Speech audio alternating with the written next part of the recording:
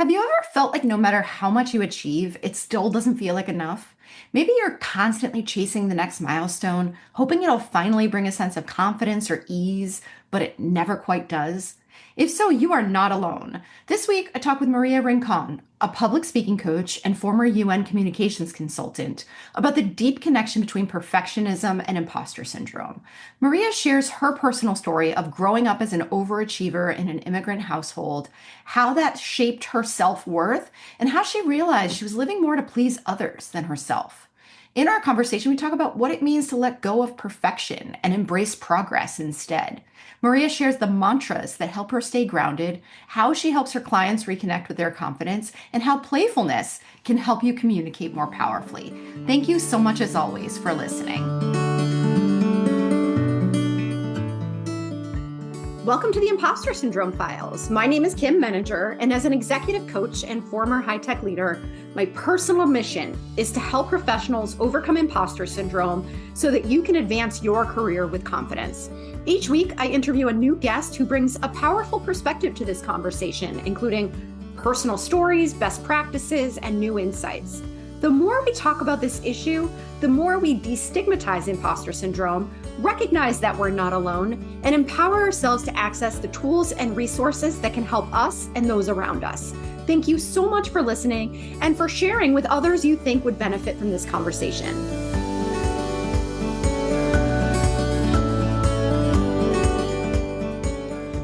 Welcome, Maria. It's so great to have you here today. I'm excited for this conversation. I would love to start by inviting you to tell us a little bit about yourself. Yes, definitely. Thank you so much for having me. So my name is Maria. My Chinese name is Wang Sisi. I'm Colombian Chinese, and I immigrated to Canada when I was just 7 years old. And I feel like that's the moment that my imposter syndrome began. I was under a lot of pressure from my parents to get good grades. I worked really, really hard. I brought Chinese lunches to school. I didn't speak very good English, so I didn't have a lot of friends. And I turned all my attention to studying really hard and thinking that, hey, if I get the best grades, if I make the teacher proud, then maybe the kids around me will like me and my parents will get off my back. So that turmoiled into me becoming an overachiever all through high school and university. So I went to university on full scholarship, started to do some beauty pageants. I won, and I went to work in television in both Canada and China. And if that wasn't enough, after a master's in business journalism at Tsinghua University, which is like the Stanford of China, made my mom very proud with that, I decided that I wanted to use my communication skills for good. And I went to work at the United Nations. So I ended up working at 3 United Nations offices, working myself up from an intern to a communications consultant, then realizing that the bureaucratic halls were not for me. And a lot of soul searching went into that journey. And now I'm currently a public speaking coach. So using all the skills that I've built up over my career and helping other people gain more confidence in speaking up in their workplace for presentations and for getting promotions, etc. Wow. So you have quite a story, right? Lots of different twists and turns. And I'd love to go back to the beginning, if that's okay with you, and talk a little bit about that overachiever in school, because I do think that's where it all begins, right? It starts with that academic pressure from parents, and then we adopt that as our own. We kind of internalize that voice that tells us that we have to keep, you know, excelling, and it can transition into perfectionism, right? So can you talk a little bit more about what that looked and felt like at that time? Yes. So being the eldest also played a role. So I have a younger sister and she's 3 years younger. And because my parents divorced when I was 10 years old, I initially took on that big sister role, but also just growing up very quickly. So not only did I have a lot of responsibility at home, but I put a lot of responsibility on myself to be the best that I could be at school. And there's a term in Chinese called huma, which means tiger mom. So having a very strict mom and saying, you're not allowed to go out from Monday to Friday. Like Saturday, you wake up at 9 and you do chores and you go to Chinese school and you can't have fun more than 2 days in a row. So if I went out today with my friends, I couldn't go out the next day. So very strict household. And I think I started to internalize the voices of my mom into uh, how I should act in school, but also as I grew up. So I did adopt a very perfectionist mindset and put a lot of pressure on myself. And as soon as I got that first report card with straight A's, I felt like I was on a ride that I could not get off of. Like I could not let her down, but I could not let myself down now that I had achieved this much and I had to keep going. Mm. And that's a really challenging time too. The anxiety of not just getting the good grades, but maintaining them, right? Because if you get all A's, there's always that fear of when do I get a B, right? And so it's like you're waiting for the other shoe to drop, right? Mhm. Definitely. And there was one specific subject I was terrible at, which was math. So it was very hard to keep an A on there, and I actually didn't. But I had enough, I don't know why, but I had enough grace in myself to be like, okay, I can excel at everything except math. I love that you carved out a special space. I Oh. had to, or else I could have driven myself crazy. Yeah. So you have this awareness, right? Did you always have this sort of part of yourself that recognized that you were doing this, that you had this pressure, or was there a turning point in your life when you realized like, oh, I'm putting a lot of extra pressure on myself? That's a great question. Feel like for the first part of my life, it was autopilot and starting to learn more about myself. And talking more to people, I was like, oh, I actually am a perfectionist. I am very hard on myself.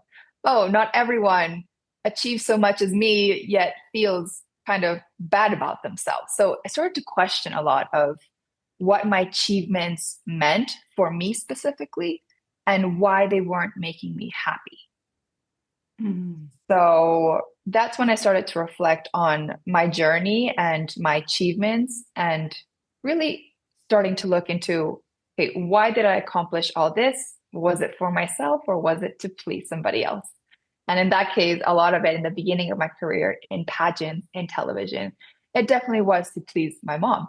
Mm. And so once I turned to working in the NGO sector, I did feel more aligned with myself and while I was still quite hard on myself, I realized I wanted to continue to be better, but it was for my own sake, not for pleasing somebody else. Yeah, and I hear that all the time is Mm, that implicit or explicit desire to make somebody else happy, right? And oftentimes that's our parents, it could be our managers, could be our teachers, right? But that when the motivation comes from that place of I just want to make somebody else, happy with me, love me, whatever that is, it never feels like enough. There's never that sense of like, okay, I've achieved this goal. Things are good now. absolutely. That resonates so much. Even now that I'm 31, I'm like, no matter what I do, it's never going to be enough for my mom. And the faster I realize that, the less pressure I can put on myself and just be like, it's not my job to please her. So I Mm. can live my life according to my standards. But of course, having a very close relationship with my parents and being raised in a certain way has really taught me to kind of start to observe and start to reprogram into how I think about success, how I think about joy, how I think about perfectionist mindset, and how I think about my self worth. I love that. And I try to think about things from the parent perspective now that I have two boys and I'm so aware Oh, of the possibility that I might be inadvertently like pushing messages onto them that are going to send them into therapy someday. And so I try to look at it from both sides. And I think I wonder I often think that parents are generally well-intentioned and that a lot of their behavior comes from a place of fear, of a place of wanting more for us than they had for themselves. And so that all intellectually works, but it doesn't necessarily change the emotional relationship that we have with them. Do you talk to your mom about this at all? Like, have you ever told her that you feel this way? Ooh, spicy question. I would say we have a very good relationship now. And I think I can understand that from her perspective. She genuinely thought that if she was pushing me hard, I would succeed and I would be happy. Of Mm. course, in addition to her being happy. I remember being back one summer, maybe 2 or 3 years ago, and telling her, thank you for all the hard work she's put into raising me and my sister because it wasn't easy. She was a single mom, new immigrant in Canada. And I also told her that she did put a lot of pressure on me growing up, but she shrugged it off. And instead of taking it personally, I just realized, I can't change her and it's not my job to change her. But as long as I've expressed how I feel, or as long as have expressed what my side of the story was, that feels like it's enough for me. Hmm. I love that. And you're right. It's so important for all of us to really think about what's within our control and what isn't. Mhm. Because, we could spend our lifetimes lamenting the things that the people around us do, but that doesn't serve us in any way. It consumes a lot of energy that doesn't A really lot. change anything. Mhm. Yeah. So you went to the UN and it said you indicated that going in that direction maybe helps you a little bit in terms of your um I don't want to put words in your mouth, but it took some of the pressure off. Is that what you were saying? Like, I'd love to hear more about what that shift looked like for you. Sure. I was more aligned with my own values when I switched my communications route into the UN. Hmm. But of course, this is called the Impostor Syndrome File. So I'm happy to talk about that. And yeah, I felt like I did have imposter syndrome before. It still comes up sometimes in my work, and I work with a lot of clients that have it as well. So yes, we can explicitly talk about that. Working at the UN, I felt more aligned in my mission. So I didn't feel so much, it wasn't like a burden to be achieving so much because I wasn't doing it to please anyone but myself. However, in the role itself, of course, there were a lot of moments of self-doubt, a lot of moments that my skills weren't good enough, and a lot of moments of, yeah, do I deserve to be here? So it was all kind of mixed together. And I think the thing that helped me the most was to stop overthinking and just taking action. And I was very hard on myself and my mistakes from the beginning.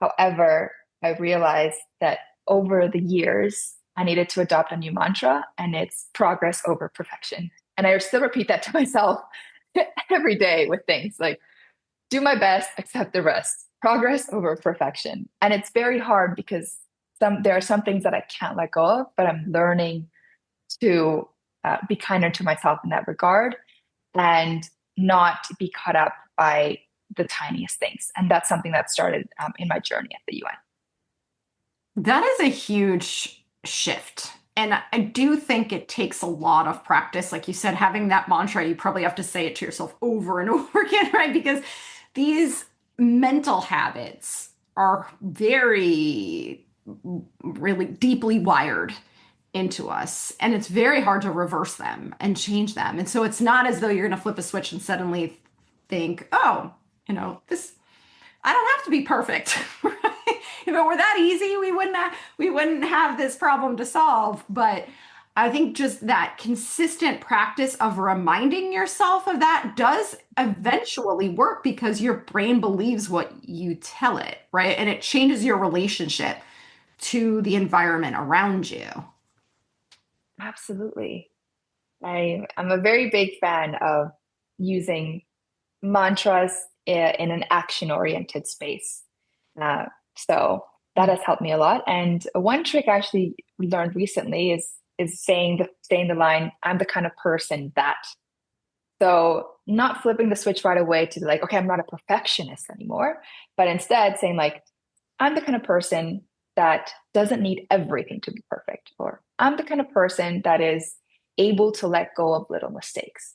And that felt soothing and it feels transformational, but it's not something that feels too positively toxic. It feels something relatable that I can achieve, but it also includes like a transformation aspect. So that's one of my new recent favorite mantras or ways to reframe how I think about myself and when I do have imposter syndrome.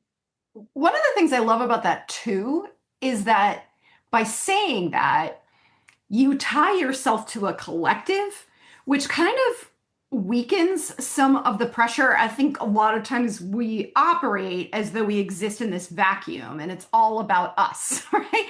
Whereas if you say, I'm the kind of person that, what that implies is that there are other people out there too who operate in this way and share my values and share. And so that kind of normalizes it a bit and makes it easier to do. Oh, that's so cool. I haven't thought of it that way, but it makes sense. Well, thank you for sharing that with us. And I want to talk a little bit now about your transition into doing the work that you do and what it's been like for you to be more entrepreneurial, right? Because that can, I think, at least from my experience, can be a little bit of a double-edged sword. I know I built a lot of confidence working for myself because I got out from under a system that I didn't necessarily feel aligned with my values, right? But then that comes with its own pressures too of now you're selling yourself and there's a bigger spotlight on you. So I'm curious what your journey has looked like. When you said that, like the viewers can't see this, but I lit up because I'm like, that resonates so much. Like getting out of a system that didn't feel completely aligned with what I wanted to do gave me so much more confidence. So that for sure resonated a lot. In the beginning, I thought that I was just teaching presentation skills. So essentially, I looked back into, okay, what are my skills? What does the world need? And what do I enjoy doing? And essentially, it was a mix between teaching, because I always wanted to be a kindergarten teacher when I was younger. I would say kindergarten teacher by day and Shakira by night. So doing the pageants and TV had already kind of made my dream come true of something like Shakira. But I've always wanted to go into pedagogy, and I had such a big interest in that. In the beginning, when I was teaching presentation skills, I thought it was just, okay, voice, body language frameworks for effective communication. However, as soon as I started having more clients and working more closely one on one with them, I realized that at the end, it's just a foundation of self confidence. And I was also working with high profile people that also had imposter syndrome. And so the first thing that helped, I think, us in that moment was number one, connecting with them first, so allowing them to feel heard. And then from there, finding out ways to help them boost their self confidence, which in turn would make their public speaking skills better. So I never thought of it that way from the beginning, but it's something I learned along the journey.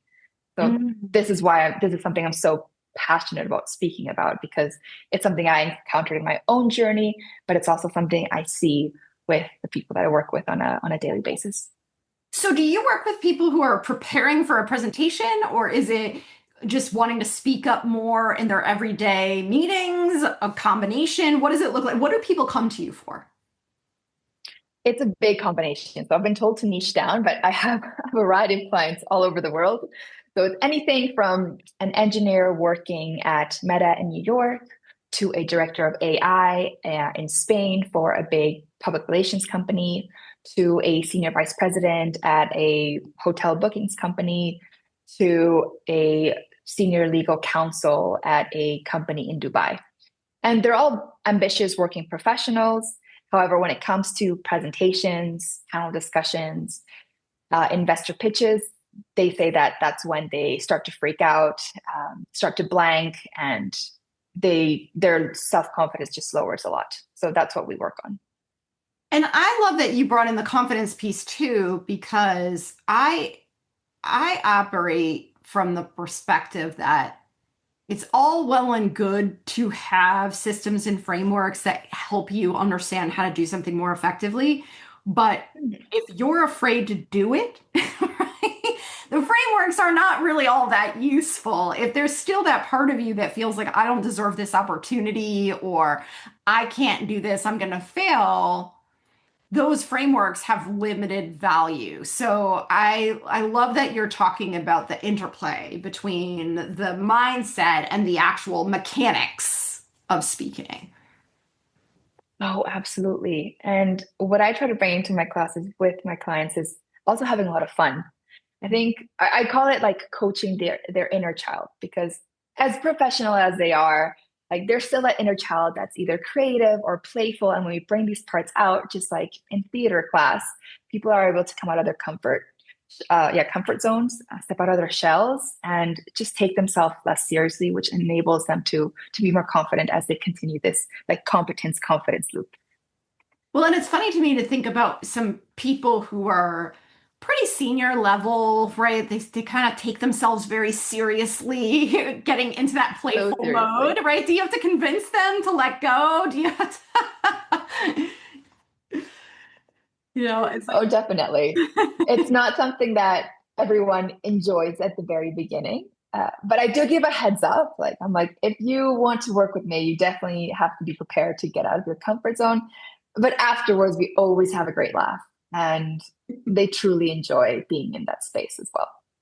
I think that's great. I think that that is part of Yeah. is we do take ourselves too seriously. And one of the things that I think has helped me tremendously is to realize that people aren't judging us in the way that we think they are. People aren't just like, I Mm. think sometimes we see ourselves as, in the Olympics where they put up the numbers and, or they have that, I know they have like the digital version of that now, but if you think of like the old days with competition and they'll put up like some number out of 10 and all the panelists put it up.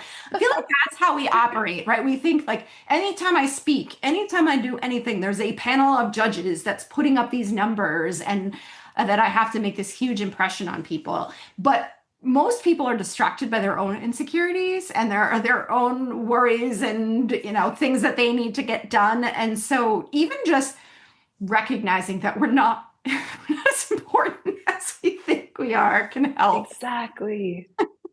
Yes, this is attributed to the spotlight effect. This is one something I also teach about that there was an experiment at Cornell University where they put the student in a very Manilo t-shirt, a very embarrassing one, and then they asked him to walk around campus, and then they made a survey about how many people noticed the shirt, and he thought it was around 50% of people, but in fact it was only 25%. Mm. So people are not thinking about it as much as we think they are. And that, Yeah, definitely. going back to what you were saying about being playful and experimental too, gives you a little bit more freedom to step outside of your comfort zone. If you really embrace the idea, not just the idea, but the fact that people aren't judging you and watching you as closely as you think they are, that gives you Mhm. more space to be creative and to, sort of test out different ways of speaking and connecting with people. Yes, and that's what I love to see. It's just in those sessions, I get to see someone really enjoying what they're experimenting with, what they're trying out, and that essentially leads to more confidence in expressing oneself. Do you? One fun exercise we have for this is we call it like the expert hot seat, but I make it really silly. So I say that we're doing a role play and I'm a journalist and they're the expert in something. And I'm going to ask them a few questions. But the expert topics are completely like out of this world, essentially something very random or silly. Like, let's say you were in charge of the Sock Olympics for 2025, or if you were in charge of serving food on a spaceship on its way to Mars, what would you serve? So they would have to talk in a way that's confident, that's selling a message, and using their improvisation skills to come up with some crazy answers to some random questions about this silly topic, but owning it. So That's that's really, always a lot of fun. I love that too, because then you're separating out the content from the delivery, right? Because Mhm. sometimes that can get interwoven too. I think there's a way in which we put pressure on ourselves, not just about the speaking itself, but about the subject matter expertise that we bring to that presentation or conference, I know I hear all the time from people who say, what if people in the audience know more than I do about this topic, right? And so either that audience or the audience is judging their credibility or potentially going to ask a question that exceeds their expertise. All right. Yeah, that can be a tough one. However, at the end of the day, we're not judging each other as much as we think they are. And everyone brings their unique perspective to a specific topic. So that's what I tell my clients if they ask that. Yeah, and I think too, going back to the beginning of our conversation, the academic pressure, I think there are ways in which our academic mindset carries over into other aspects of our lives and our work. And, you know, if you're doing a presentation at school, you are being graded on a 100-point scale. And somebody is Mm, going to judge you, and you do have to do certain things right. Whereas when you are in the workplace, sure, you can bomb it, right? But most of the time, there's not like a really rigid rubric that people are using to definitely not. evaluate you, right? But I don't think we have, in many cases, adequately shifted the paradigm in our minds and in our experience away from that model of I need to Mm, perform in this way because my teacher is going to grade me. yeah, definitely. So, how about you? Do you still struggle with confidence challenges in your new world and in your new life? Like and what is it?